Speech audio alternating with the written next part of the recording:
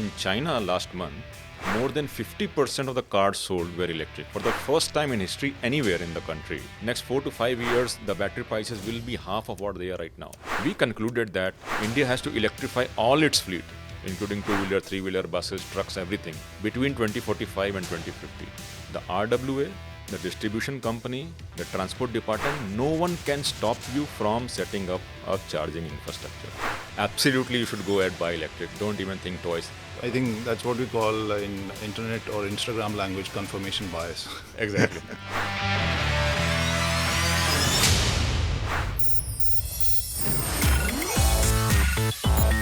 Ola Electric presents Green Bharat, an initiative by Network 18. Are you also one of those car or motorcycle lovers who isn't too optimistic about electric vehicles? Thinking like, what about electricity from coal or pollution from old batteries or mining? Or an enthusiast who thinks that EVs are going to solve our mobility and environmental issues? Or a fence sitter who is sitting with a calculator if EVs make sense at all? Will I find the chargers when I really need them? Will my RWA or housing society allow me to put a charger or not? Am I going to get discounts on those installations or not?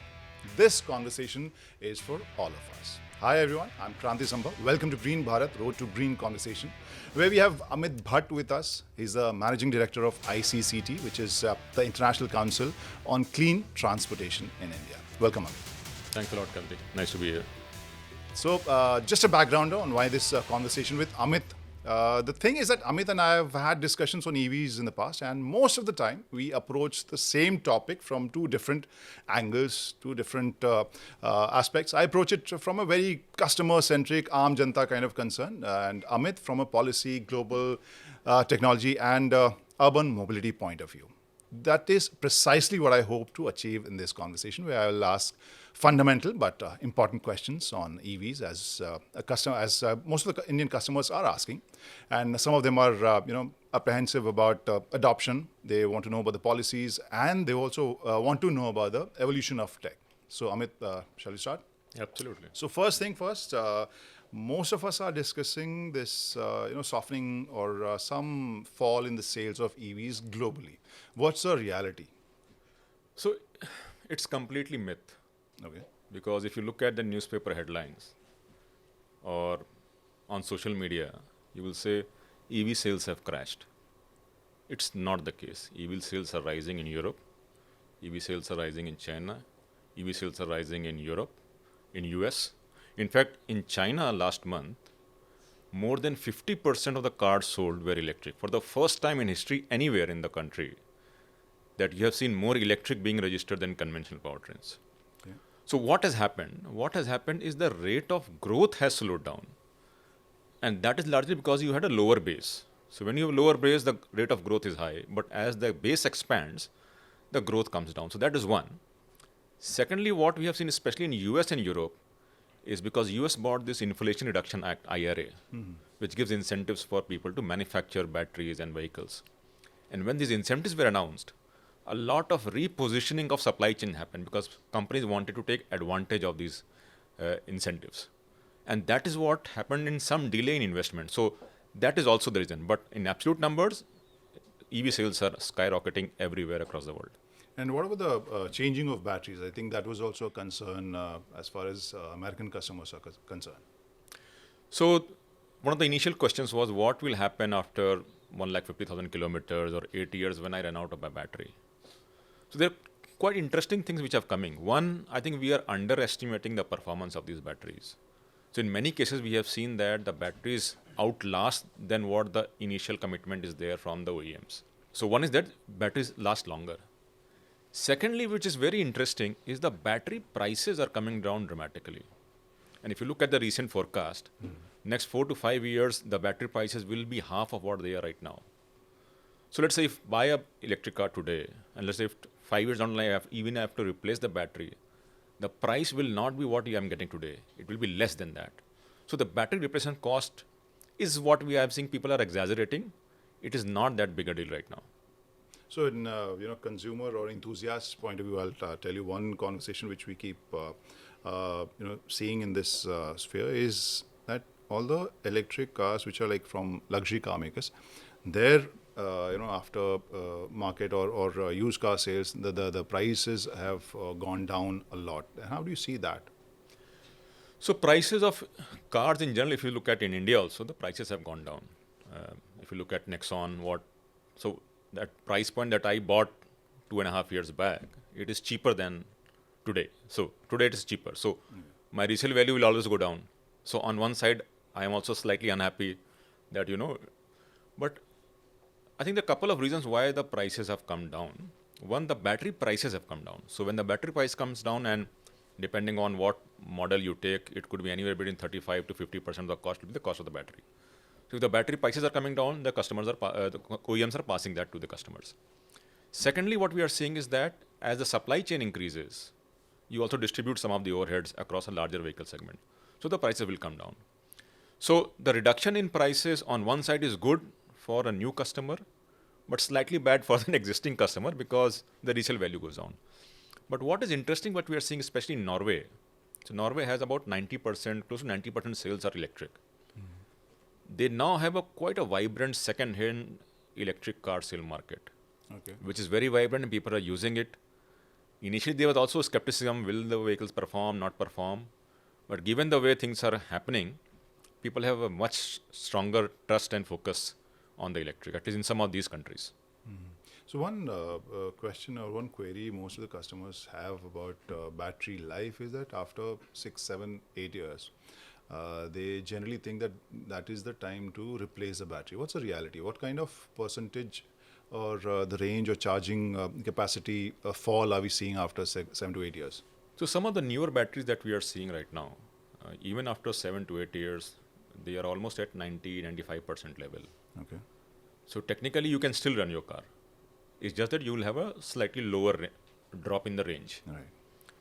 But even let's say if it goes down to let's say 80-85%, there is always a case for second use case for the battery. Right. So the battery from the vehicle can go into stationary storage. So you might resell these batteries for a price.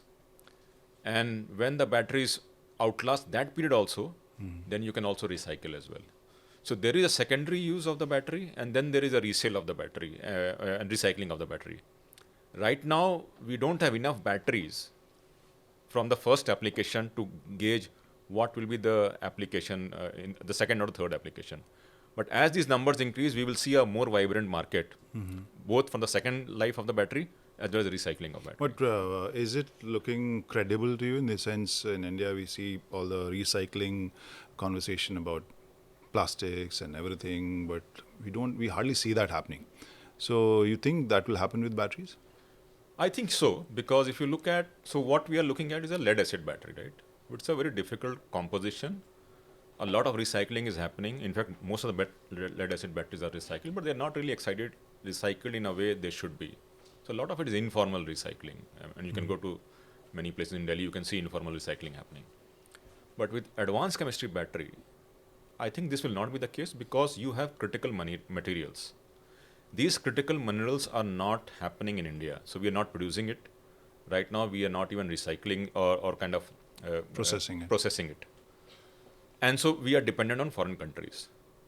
Once you start recycling it, you can keep these minerals in your jurisdiction.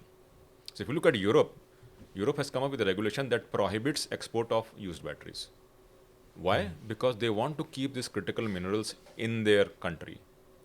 So once there enough batteries come, we will see a slightly more robust ecosystem of recycling. Also, largely because from the energy security perspective. And that, I think, is going to be main differentiator between an advanced chemistry cell battery versus a traditional lead acid battery. Okay, so related question, you mentioned the minerals and the materials which are used in batteries. And the moment we talk about batteries and those materials, we end up talking about China's monopolies. How do you see that? Is it going to change in near future? Is it like with the different battery chemistries, are we going to see other hubs as well? No, it's interesting because even if you look at China is a global a very dominant player in this space, because long backs when countries were making bets on the technology of future, China probably realized that battery electric could be a potential technology. So they really invested a lot, both in terms of R&D, but also sourcing materials doing long-term purchase contracts with other countries, and they have a very strong processing capacity. Now, other countries are now realizing that this transition is happening. So either they fast forward this R&D and investment, or they'll be left behind. So we are seeing battery plants coming up in Europe, in US, and Inflation Reduction Act that I talked about was a very important contributor to setting up these plants in the US. The same is now happening in India as well. So I think as the journey starts, we can definitely learn from some of these experiments, but we can also make some of these investment, and we can also do sourcing of these critical materials from other countries. Now, what is required to be done? One, so the battery chemistry is changing, but we now realize. So even if you look at the in the car space, we have moved largely towards LFP batteries, lithium iron phosphate, and that we think is going to continue for some time, which is different from what NMC or some of the other chemistries were. But there is also a conversation happening on solid state batteries. There is a conversation happening on batteries which probably sodium ion batteries and so on and so forth. So it's a very evolving conversation. Everyone is trying to find that next critical mineral which can help on the energy security or address some of the geopolitics issue as well. And we will see something happening. But I think right now, I think both for energy security and this larger energy transition, batteries are going to be very, very important in this space. So I also feel that many manufacturers or industry watchers might agree that their strategy also includes some sense of some portion of hope, where they're hoping that this new kind of technology will come, for example, solid state or sodium ion, and it will reduce the battery prices and everything. So how solid is that hope? I mean, is it going to happen, or any research which you can share? So one, we did some research to understand that do we have enough critical materials to assume that automobile transition can happen towards battery electric. So what we did at ICC Tech global level, we looked at whatever available data on mines are available, and we projected demand, assuming that everything in the world transitions to electric. And we came up with a 2050 scenario. And we assessed that whatever mines are already announced, those mines are enough to power the global transition. Okay. Which means we don't think there will be shortage of critical minerals. So that's one. Secondly, as the technology improves, we are seeing lesser these critical minerals going into batteries. So batteries are becoming much more efficient. So even with the existing technologies, when you bring in efficiency, you require less amount of critical minerals. And then there is always this conversation of what's the next best chemistry. Right. So given all this development, I personally feel the prices of battery will go down, because let's say if you have a mine which produces lithium, what will you do with that lithium? Right? So you have to sell it. If someone else comes with a mine which produces lithium, he or she will also have to sell it. So then it becomes a competition. Who can sell more? And therefore the prices come down. So efficiency in the battery plus the competition in production of these critical minerals is what is driving the reduction in prices. So that's interesting insight or data point you gave, that even with existing mines, whatever we have already discovered, you think that this will, or your data or your research says that is enough to power all the vehicles even if they are electrified, right? Yes, and our research found only 50% of what will be used from these mines to power this transition. Okay. So we have enough critical minerals. That's the bottom line. Okay, that's a headline, I guess. But coming back to the Indian scenario, now that question which I started with, what about the electricity generation? So right now we have more than 2/3 is coal powered. So how do we calculate whether EVs are actually, tailpipe emission is not there, but net result is better than the ICE vehicles or CNG vehicles? Yeah. So we did this research a couple of years back to understand the entire well-to-wheel emission. So we looked at electric car, electric two-wheeler, and we also looked at conventional car and conventional two-wheelers. And we looked at whatever emission is there in production of this vehicle, in operation of this vehicle, and then the end of life of the vehicle. And we found that in two-wheeler case, with the existing grid, which is, as you said, three-fourth on fossil fuel, electric two-wheeler in India was found to be almost 40% less emission in terms of life cycle emission than a conventional two-wheeler Okay. with the existing grid. So that means powered with the whatever is coal burning at the Exactly. plant. It is the transfer and then using it Exactly. to charge it. Charge it, absolutely. And it also includes emission involved in production of these vehicles, including production of petrol Understood. and production of critical minerals and batteries and everything. So it's a complete life cycle emission. So electric two-wheeler had almost 40% less emission than conventional two-wheeler. Electric car, incidentally, had almost 19 to 29% lower emission. Okay. Now, this is with so what are we coming out with? So one is, even with India's predominant grid, which is based on coal, electric vehicles are cleaner in terms of life cycle emission. Tailpipe emissions, so absolutely it's zero, right? So that's one point. The second point is, if we start cleaning the grid, which means if we start pumping more renewables, this number will go down. So now what we get? So we get a pathway to clean transport system. And that pathway is you produce green electrons, which is renewable energy, solar, wind, pump hydro, so on and so forth. Once you get these green electrons, you can store that in a battery and you power your battery electric vehicles. Or you can use this electron to convert into a green molecule, which is green hydrogen. And then you can either come up with a hydrogen fuel cell, or you can use that in other form of energy. So we are now know what is the pathway to clean transport system. And that involves renewable energy plus battery energy storage. And how do you see India's journey? Because government has been pushing for maybe 30% electrification by 2030, and we have seen some numbers, some new products and everything. So how do you see by 2030? Are we going to, see the market like? Yeah, so I think if you look at India's commitment, by 2030 we will have more than 50% of installed capacity as renewables. So India is definitely pushing a lot of renewables. Going forward, I personally believe that the grid will get cleaner.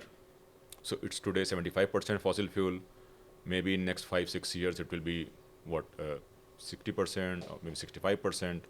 And going forward it will. So government is actively pushing on cleaning the grid. And as we push more and more renewables, we will see even more benefit of electric vehicles than what we are seeing as of now. And about the market ratio, you think electric vehicles would constitute around 30% by 2030? So some of the initial assessment from the government was 30% by 2030. I think we need to do a lot to push, because if you look at an aggregate level, it's about 2% right now, electric vehicles numbers. And so this is where I think we have to do a lot more. So if you look at other countries on how they have achieved, even let's say China or Europe or US, there are two ways of pushing electrification.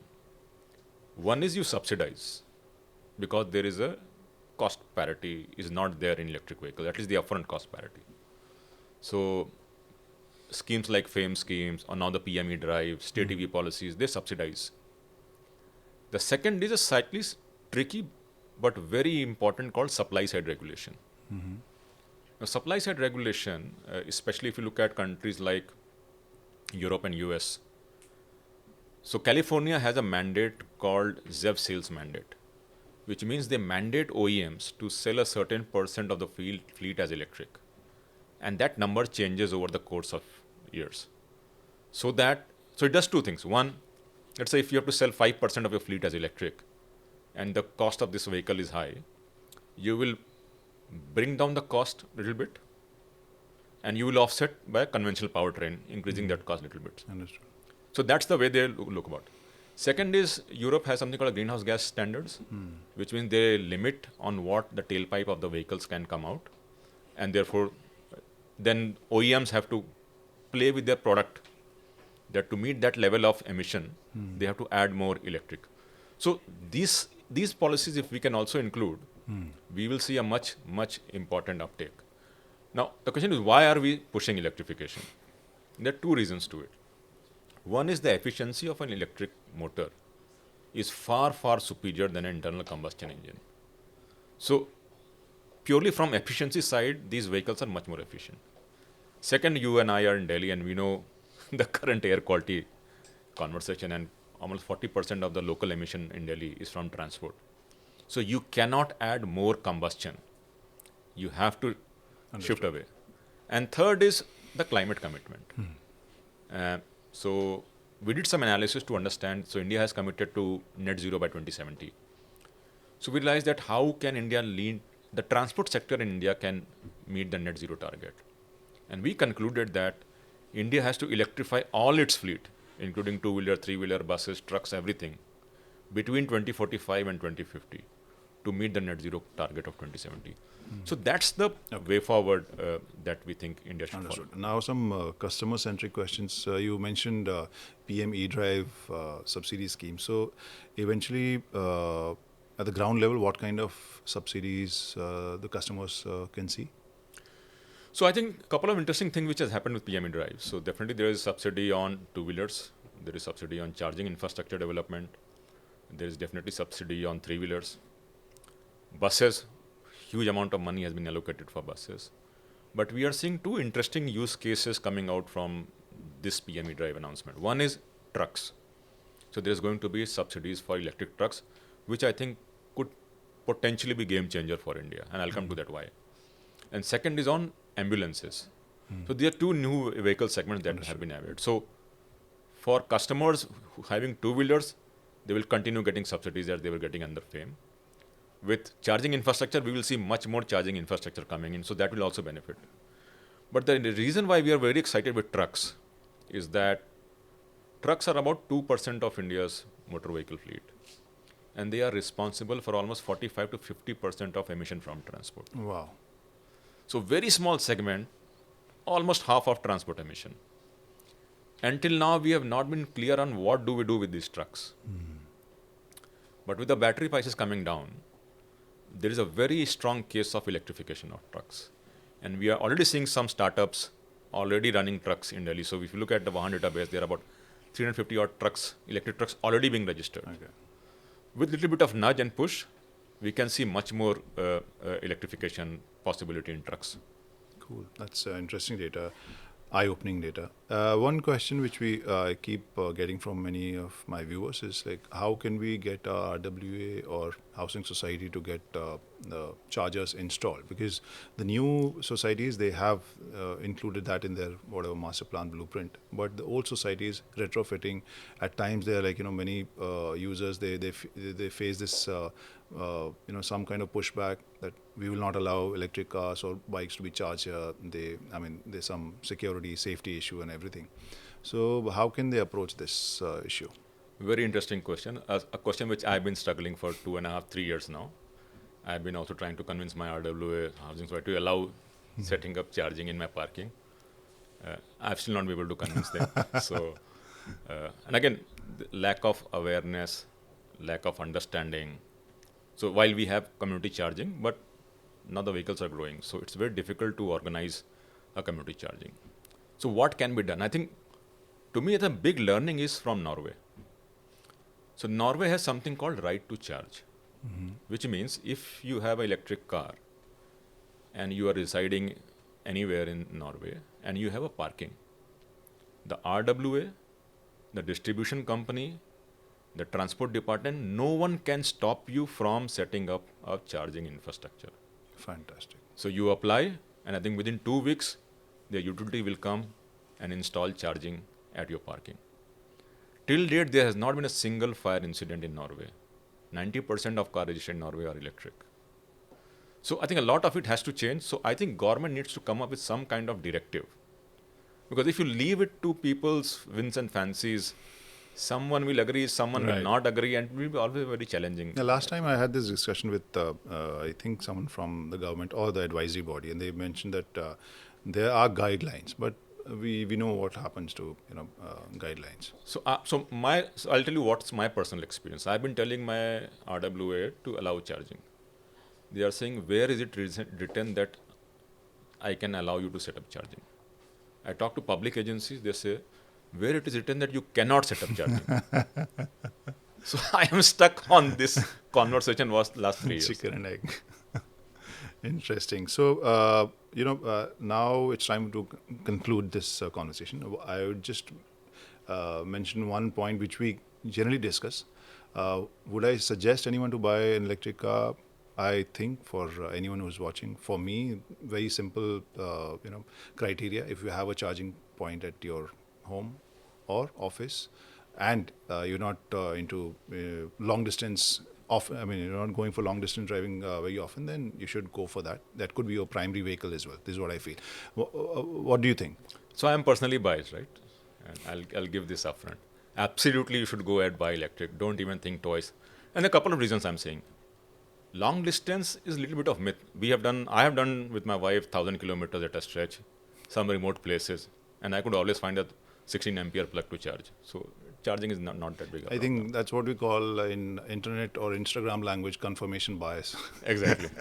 Yeah, so this is what we generally don't agree on, because I have done long distances. At times, you feel that mental peace is more important, and at times you are ready to give those extra minutes or maybe 15, 20 extra minutes for that charging. That is where me and Amit generally don't agree. But so this is what you feel that everyone should go for electric anyway. So there's a couple of reasons. So as a consumer, so if I remove my ICCT hat and just talk from purely a EV user, and I have a slightly older car, 3 years old, the ride quality that I get is unmatched.